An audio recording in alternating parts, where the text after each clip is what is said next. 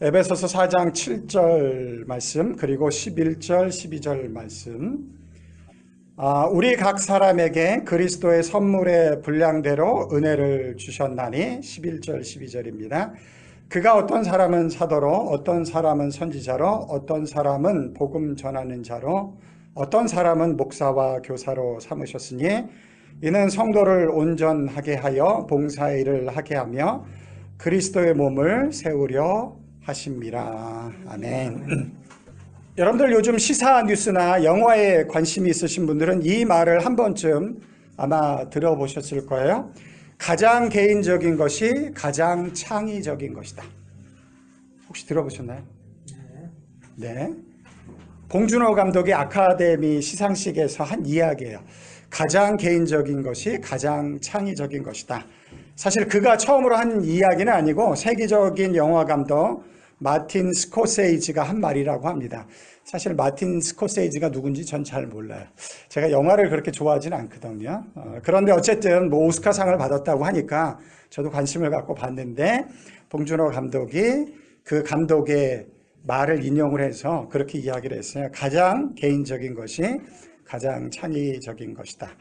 한 개인만이 가지고 있는 독특함 속에 다른 어떤 사람도 만들어낼 수 없는 창의성이 담겨져 있다.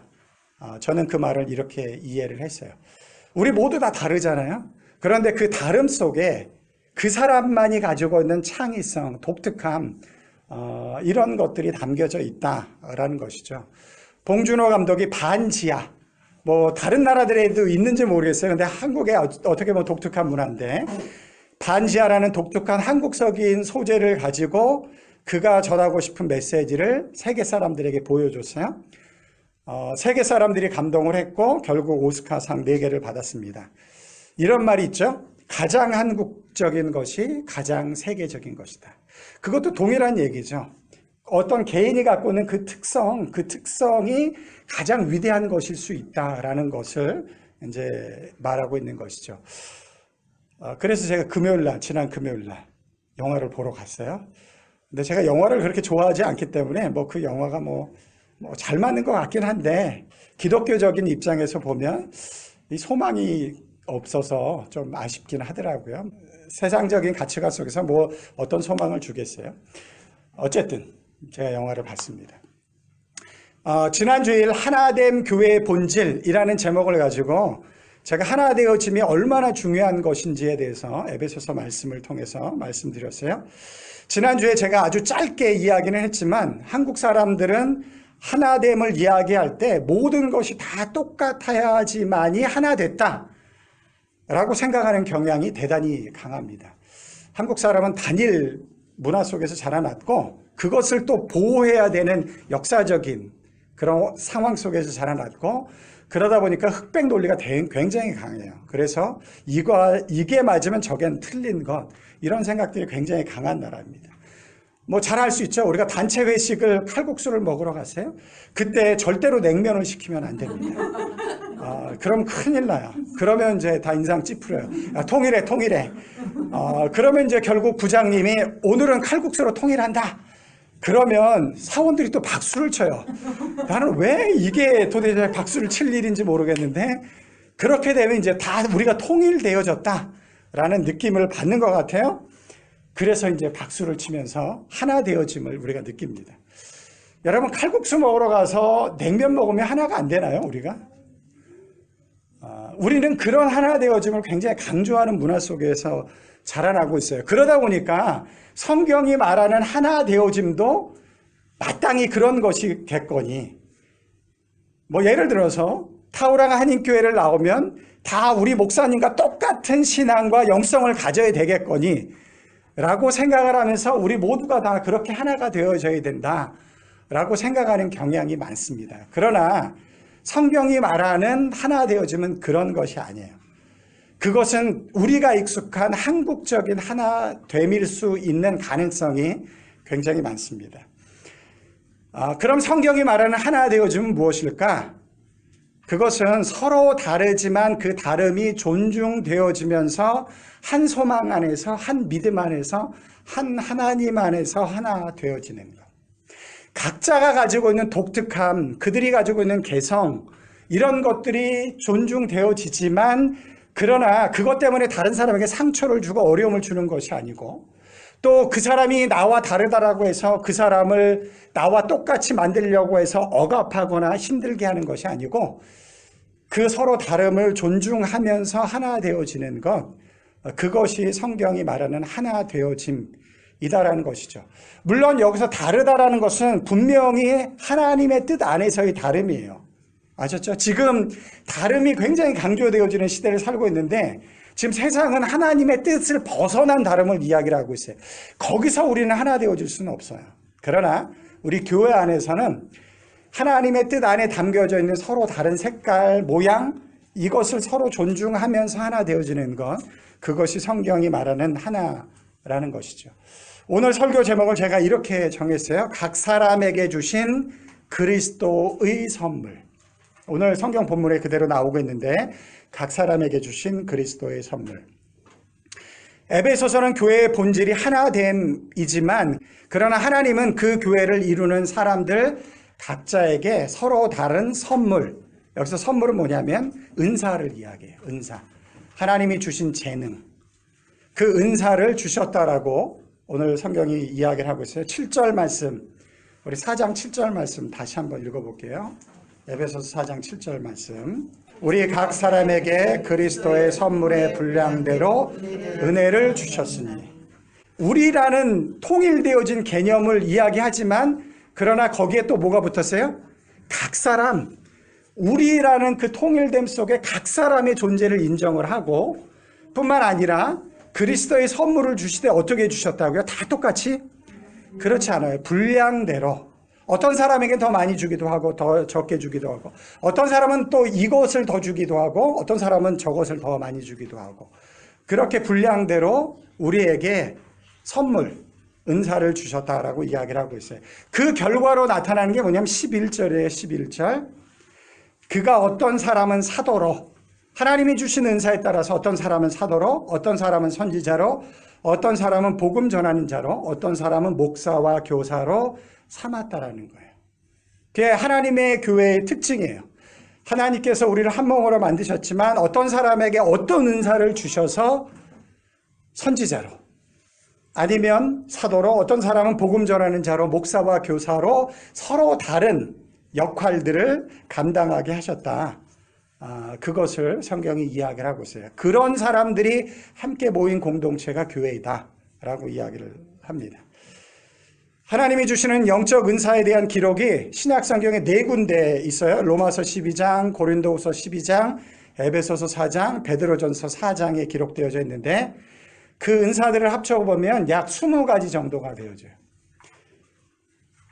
교회 하나 되어짐을 강조하는 주님께서 왜 서로 다른 은사 20가지를 서로 다른 교회 구성원들에게 주실까요?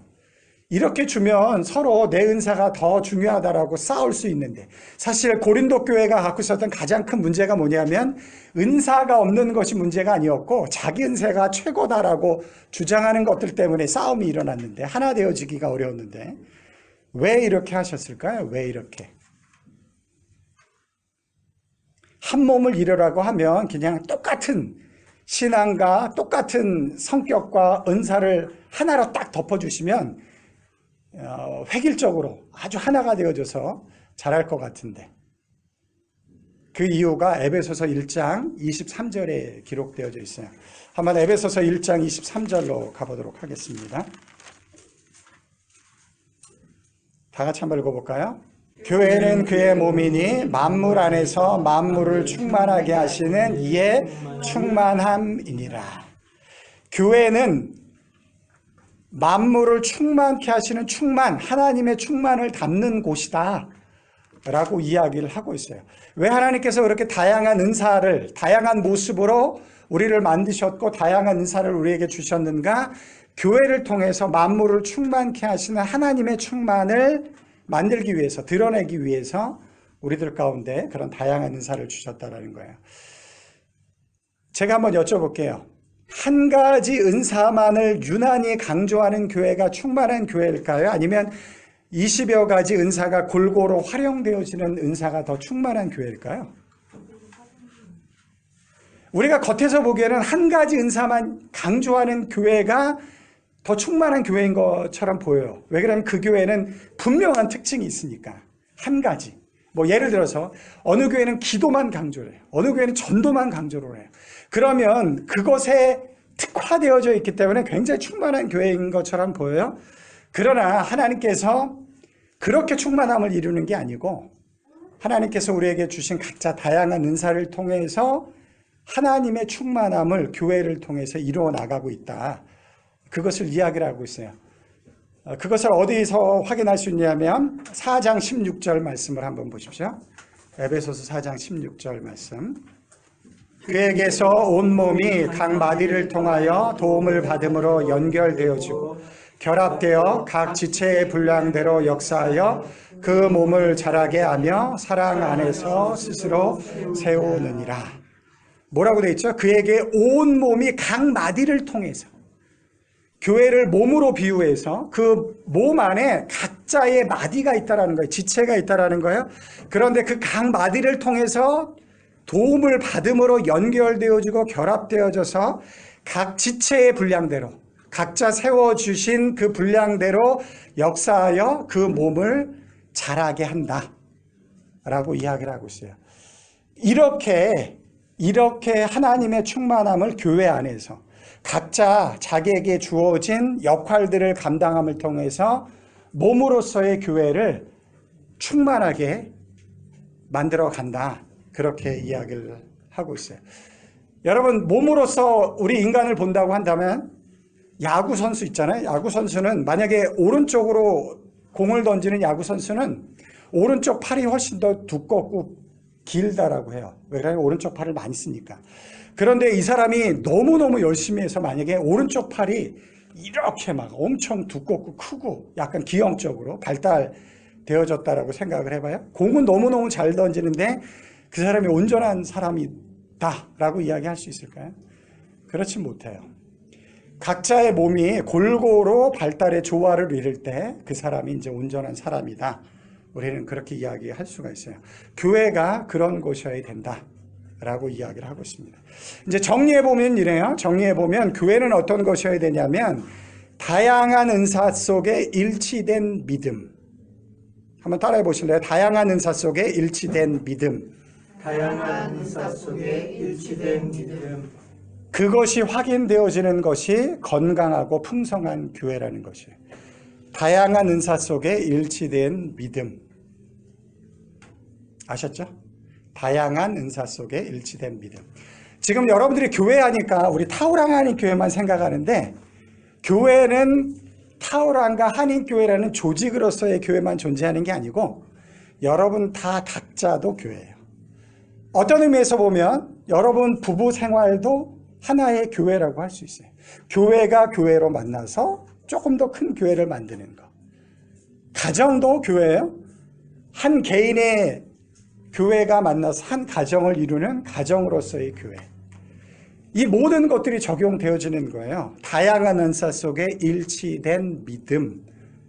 그것이 교회이어야 한다라고 이야기를 하고 있어요.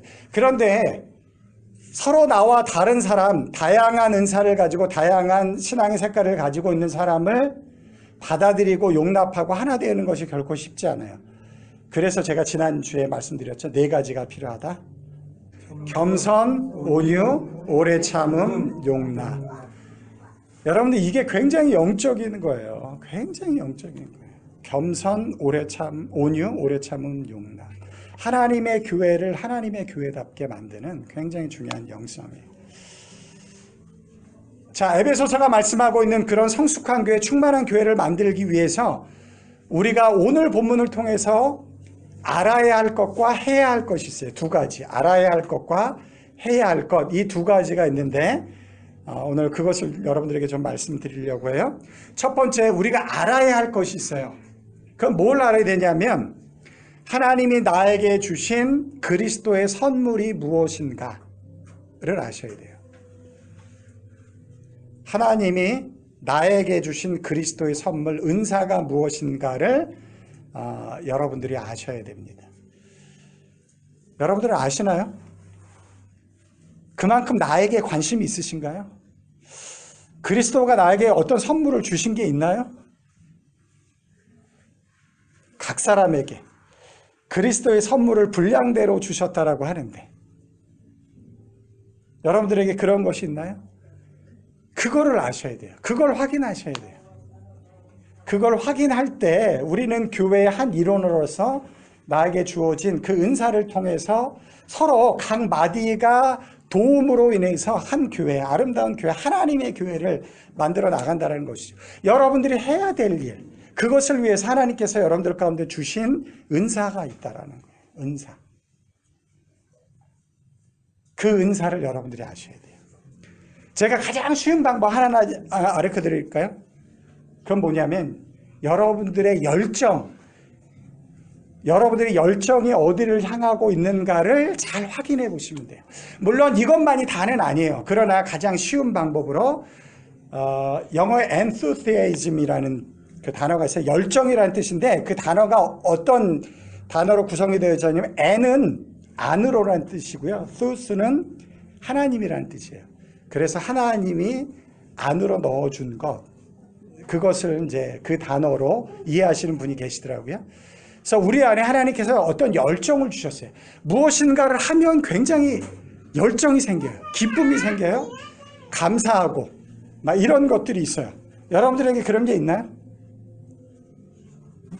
그럼 어떻게 사세요? 그런 열정도 없이. 네? 아니, 여러분들의 인생을 도대체 어떻게 사시는 거예요? 그런 열정도 없이. 저에게는 그런 열정이 있어요. 그게 뭐냐면, 저는 새로운 걸 알아가는 걸 굉장히 좋아해요. 새로운 걸 알아가는 거. 그래서 무엇인가를 배우는 걸 좋아합니다. 어떻게 보면 저는 하나님의 말씀을 읽어가면서 그 안에 밝혀진 하나님의 진리를 알아가는 걸 너무너무 기뻐해요. 그리고 그것을 또 전해주는 걸 기뻐해요. 그래서 저는 목회자가 됐는지 몰라요. 그런 열정이 있어요. 저는 가르치는 걸 좀 좋아하거든요. 그러면 신이 나요. 뭐 감사해요. 그러니까 이제 오늘 말씀을 준비하면서 제 인생을 봤거든요. 한 번도 학생이 아닌 적이 거의 없어. 여태까지. 제가 공부를 잘하느냐? 그런 건 아니에요. 또 공부를 했다고 해서 그거를 뭐 대단히 유용하게 막 이렇게 사용할 수 있는 능력이 있느냐? 그건 아닌데 제 인생을 뒤돌아보면 여전히 제가 무엇인가를 배우고 있어요. 왜 그러냐면 솔직히 이 나이 돼서 굳이 안 해도 되잖아요. 그런데 저는 그런 걸 하고 싶어요. 그런 걸 함으로 인해서 내 안에 막 이렇게 힘이 솟고 그런 것들이 있어요. 하나님께서 주시는 거예요. 여러분들은 어떤 걸 할 때 그런 열정이 생기나요? 그럼 인생을 어떻게 살아가시는 거예요, 지금? 그런 열정도 없이. 근데 그 열정을 너무 획일화시키지 말고 하나님께서 은사를 주셨는데 20여 가지 은사를 주셨어요. 다양하게. 그 은사를 발견하셔야 돼요. 그 은사를 아셔야 돼요. 하나님께서 여러분을 교회의 몸으로 부르신 이유는 뭐냐면 그리스도의 선물, 각 사람에게 주신 그리스도의 선물이 무엇인지를 알게 하시기 위해서. 내게 주신 은사가 뭔지를 모르고 있는 분들을 위해서 제가 저 밑에다가 은사 점검 테스트라는 그 테스트를 제가 놨어요. 부부 아니면 가정당 하나씩 갖고 가시면 될 것 같아요. 그럼 돌려가면서 하니까 가정당 하나씩 갖고 가셔서 한번 해보시기 바랍니다. 그래서 하나님이 나에게 주신 성경에 나온 은사요. 성경에 나온 은사 중 나에게 하나님께서 주신 선물, 은사는 무엇인가? 그것을 한번 확인해 보시기 바랍니다. 저 밑에 내려가면 그 현관 스탠드에 있어요. 가정당 하나씩 갖고 가시면 돼요. 혹시 만약에 나중에 동의 나면 교회 블로그에도 올려놓으려고 해요. 그러니까 여러분들 다운받으셔서 한번 해보시면 됩니다. 한 가지를 더 덧붙인다고 한다면 나의 어떤 인격적인 스타일을 여러분들이 보셔야 돼요. 인격적인 스타일. 저는 절대로 부흥 강사는 못해요. 저를 부흥 강사처럼 사용하려고 하신 분들이 계셨지만 다 실패하셨어요. 저는 말씀을 전하는 걸 좋아하지만 저는 부흥 강사는 못해요. 왜 그러냐면 제 스타일이 그게 아니에요. 제 인간적인 스타일이 그게 아니기 때문에 그거를 할 수가 없어요. 그래서 그걸 보셔야 돼요. 요즘 젊은 아이들이 뭐 탤런트 아니면 뭐 이렇게 유명한 가수 되고 싶다고 하잖아요. 근데 그 열정만을 확인해서는 안 되고 내 스타일이 그것과 맞는가, 그런 재능이 있는가를 확인하셔야 돼요. 그렇게 확인하셔서 여러분들에게 주신 은사가 무엇인지, 정말 내 마음이 어디를 향하고 있는지, 어떤 것에 참 하나님께서 주시는 기쁨이 있는지 그거를 확인하셔야 돼요. 그러면 멋진 인생을 살 수가 있어요. 아셨죠? 확인해 보시기 바랍니다. 두 번째는 뭐냐면 각자의 은사를 공동체의 성숙을 위해서 사용해야만 돼요. 제가 두 가지를 얘기했죠. 알아야 할 것과 해야 할 일이 있다고 했죠. 알아야 될 것은 여러분들에게 주신 그리스도의 선물이 무엇인지를 알아야 되고, 해야 될 일은 뭐냐면 그것을 그리스도의 몸을 위해서 여러분들이 사용하셔야 돼요. 교회 공동체를 위해서 사용하셔야 돼요.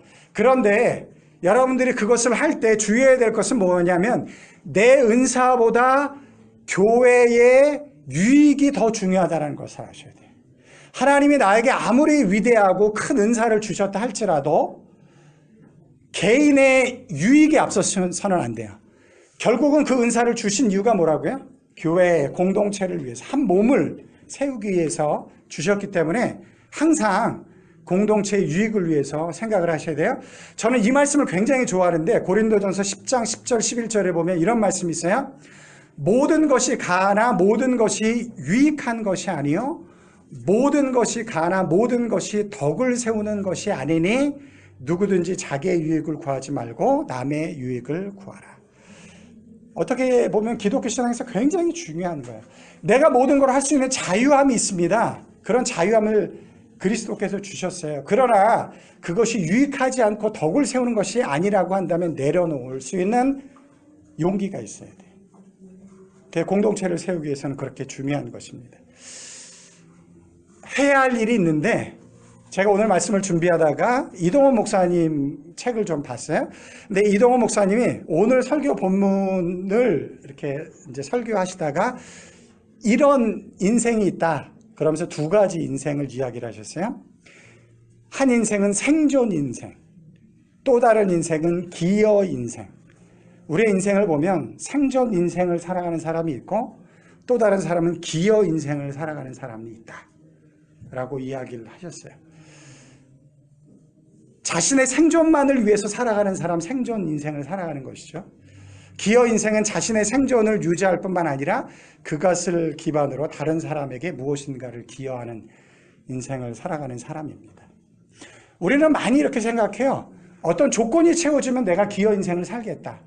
그런데 꼭 그렇지만 않아요. 여러분들 시장에서 이렇게 보따리 장사하면서 몇 억을 모여서 학교에 기증하는 사람들이 있어요. 그 사람에게 그런 조건이 되어져 있느냐? 그렇지 않아요.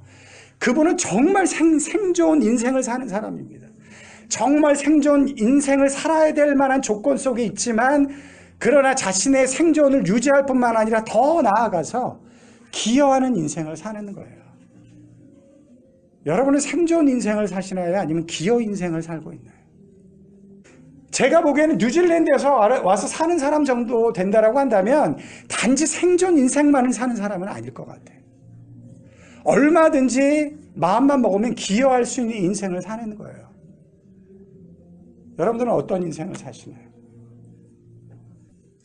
하나님이 주신 은사, 그거는 기여 인생을 살도록 하나님이 우리에게 허락해 주신 선물이에요. 각 사람에게 주신 그리스도의 선물. 그래서 그것이 무엇인지를 알아야 돼요. 아는 것과 뿐만 아니라 그것을 위해서 내가 무엇을 행할 것인가를 아셔야 돼요. 그래야지만이 하나님이 나를 부르셔서 어떤 인생을 살게 하시는구나. 그거를 알 수가 있어요. 단지 그냥 생존 인생만 사는 게 아니고 기여 인생을 우리가 살아갈 수 있어요. 그래서 각 사람이 그리스도에게 주신 선물, 각 사람이라고 했으니까 여러분 모두에게 다 하나님께서 선물을 주셨어요. 그리스도의 선물을 주셨어요. 은사를 주셨어요. 그것이 무엇인지 확인해 보시기 바라요. 이거는 사명이에요. 여러분들이 그걸 하나님이 그걸 주셨는데 땅에 묻어두고, 그 달란트 비유가 그거잖아요. 하나님이 주신 은사를 가지고 누구는 사용했는데 누구는 땅에 묻어놨어요. 하나님이 그를 정말 책망했잖아요.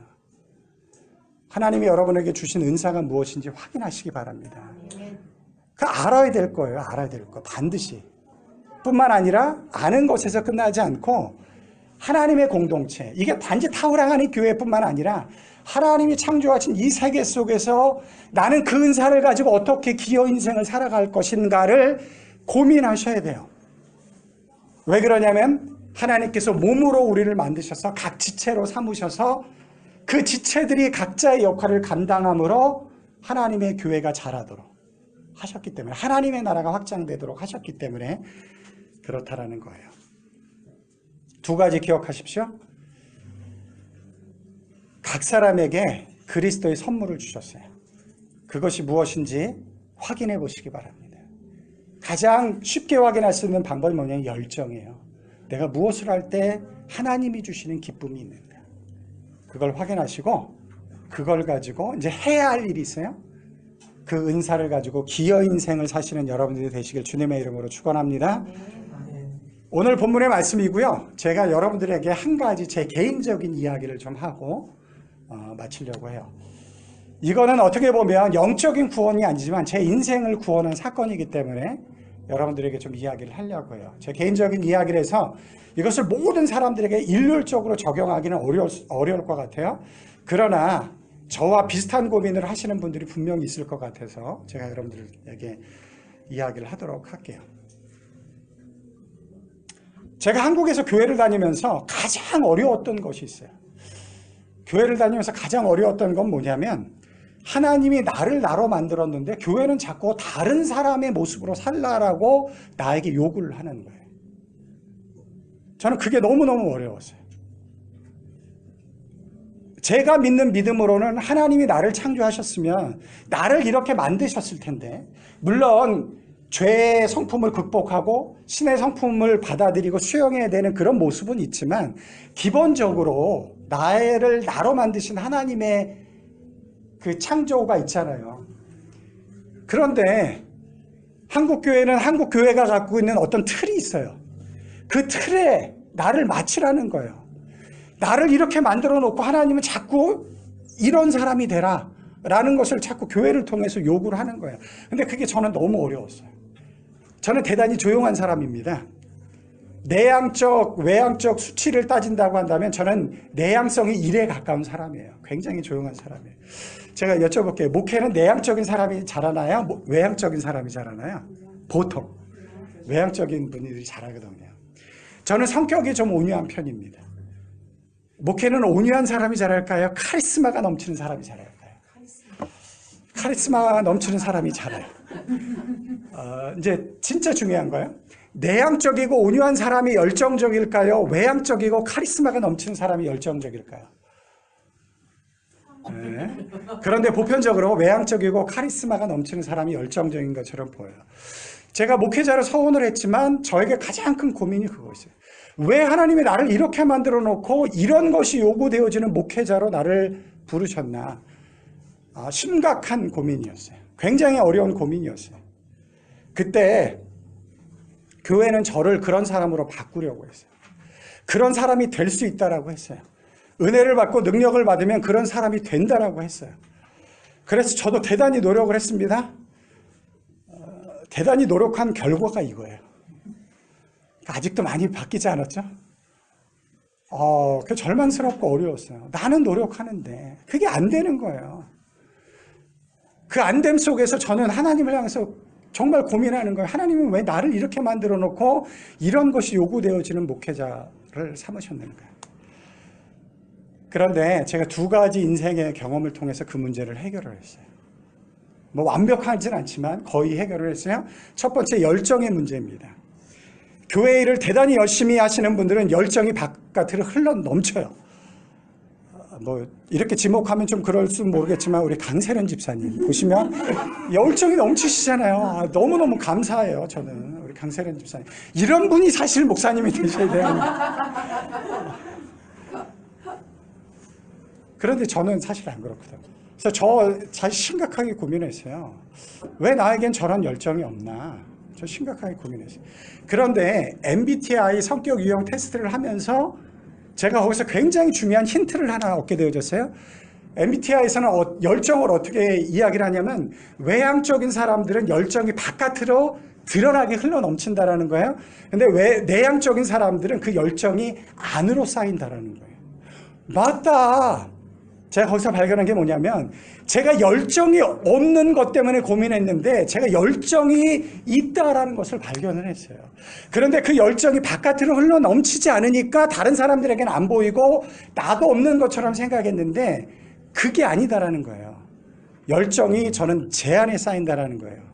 그래서 외향적인 사람은 뭘 많이 하냐면 어떤 일을 많이 해요. 행동을 많이 합니다. 내향적인 사람들이 잘하는 게 뭐죠? 생각을 깊게 해요. 에너지가 안에 있기 때문에. 그러면서 내가 열정이 없는 사람이 아니구나. 하나님께서 나에게 그런 은사를 주셨구나. 그거를 확인하게 되어졌어요. 그러면서 제가 알게 되어진 것이 뭔지 아세요? 저는 하루 종일 방에 앉아서 성경 말씀을 연구하는 거 얼마든지 할 수 있어요.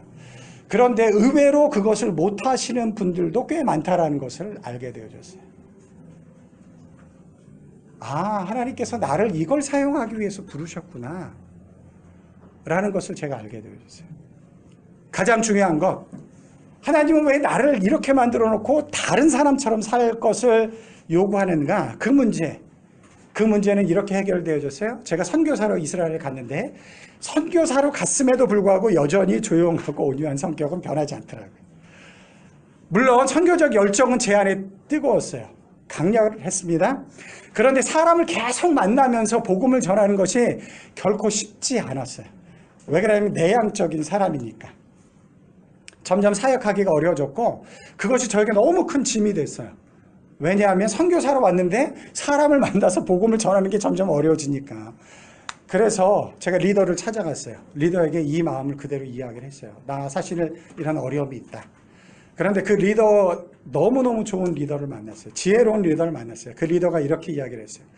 비록 사람을 만나 계속적으로 복음을 전하는 일을 잘 하도록 하나님이 너를 만드시지 않았는지는 모르지만 너는 팀에서 다른 선교사들을 잘 케어하는 일을 너무 잘하고 있다. 하나님이 너를 그렇게 만드셨고 그 일을 위해서 너를 이곳에 부르셨다. 하나님이 너를 만드신 모습대로 너에게 주신 은사를 사용하여 지금 너는 우리 팀을 너무 잘 섬기고 있다. 이미 잘하고 있다. 라고 저에게 그렇게 이야기를 해줬어요. 그리고 하나님께서 나를 나로 만드셨는데 나를 만드심으로 나로 하여금 감당하게 하시는 것이 있다는 걸 발견하게 되어졌어요. 내가 아닌 나로서 어색한 옷을 입고 살아가도록 요구하는 것이 아니고 하나님께서 나를 나로 만드시고 그 안에 독특함과 창의성을 허락하시고 그것을 통해서 하나님의 사역을 감당케 하시는 그 하나님의 계획과 섭리가 있다는 것을 제가 발견하게 되었어요. 그리고 나서 그 이후부터 제가 다른 사람의 옷을 입으려고 하지 않습니다. 제가 모든 것이 완벽하면 얼마나 좋겠어요. 그럼 이런 옷도 입었다, 저런 옷도 입었다. 근데 하나님께서 그렇게 만들어 놓지 않으셨어요. 두 가지를 여러분들이 아셔야 돼요. 하나님께서 나에게 주신 선물이 뭔가, 나를 어떻게 만드셨는가, 그걸 확인하셔야 돼요. 그리고 그거를 선물로 받으셔야 돼요. 선물로. 왜 하나님이 나를 이렇게 만드셨는가? 저 많이 고민했어요. 정말 많이 고민했어요. 그러나 그것이 선물이다라는 것을 알게 되어졌어요. 그리고 이 선물을 어떻게 사용하면 될까를 깨닫게 되어졌어요. 그래서 제가 목회를 합니다. 제가 부흥 강사 같은 사람은 아니지만 그래도 감사함으로 하나님께서 나에게 주신 은사를 통해서 교회를 섬기기 위해서 이렇게 하나님의 사역을 감당하고 있는 거예요. 이게 단지 교회만의 일일까요? 가정교회에서도, 가정 안에서도 남편과 아내가 서로 다르지만 그 사람에게 주신 하나님의 선물이 있어요. 그 선물을 바꾸려고 하지 말고 그 선물을 존중해 주세요. 서로 존중해 줄 때 각자의 지체가 자신에게 맡겨진 역할들을 감당하면서 온전한 몸이 되어지는 것처럼 그렇게 가정이 세워지는 거예요. 그렇게 인간관계가 세워지는 것입니다. 저는 한국에 지금 사단이 역사하는 가장 큰 역사가 뭐라고 생각하냐면 저는 분열이라고 생각해요. 이 한국의 역사는 이걸 극복하지 않으면 정말 하나님 앞에 귀하게 쓰임받기 어려운 이 분열의 역사, 나와 다르기 때문에 서로 정죄하고 비판하고 분열하는 이 분열의 역사는 어떻게 보면 성경에서 가장 하나님이 싫어하시는 사단의 역사예요. 분열의 역사 어디서부터 시작되어지나요? 하나님과 인간을 분열시키는 가장 적그리스도적인 것이 분열의 역사예요. 근데 지금 한국이 심각해요. 목회자 안에서도 나와 다르기 때문에 비판하고 정죄하고 분열하고 있는 그런 모습들이 너무 심각합니다. 이것이 우리의 삶에 얼마나 중요한지 몰라요. 우리 교회 안에 또 이 세상의 역사 속에 여러분들 잘 기억하셔서 하나 되어짐을 이룰 수 있는, 서로 다름을 존중하고 하나님께서 주신 은사, 선물임을 확인하고 그걸 존중함을 통해서 하나 되어짐을 이루어 나갈 수 있는 여러분들이 되신 주님의 이름으로 축원합니다. 기도하겠습니다. 사랑하신 주님, 하나님께서 우리들 가운데 각자 선물 은사를 주셨습니다. 그것이 무엇인지 잘 이해할 수 있도록 인도해 주시고 그것을 가지고 잘 활용해서 기여 인생을 살아갈 수 있도록 우리를 축복해 주시옵소서. 그래서 우리 타우라 하나님 교회가 충만한 교회로, 풍성한 교회로 잘 자라날 수 있도록 인도해 주시옵소서. 지금은 교회 머리가 되신 우리 주 예수 그리스도의 은혜와 하나님의 크신 사랑하심과 성령님의 도우시고 인도하시고 역사하시는 은혜가 서로의 다름을 인정하고 그것을 가지고 또 하나 되어짐을 이루길 소원하는 우리 사랑하는 성도님들 머리 위에, 저희들 가정의 직장 위에, 또 이 교회 위에 이제로부터 영원토록 함께 있을지어다. 아멘.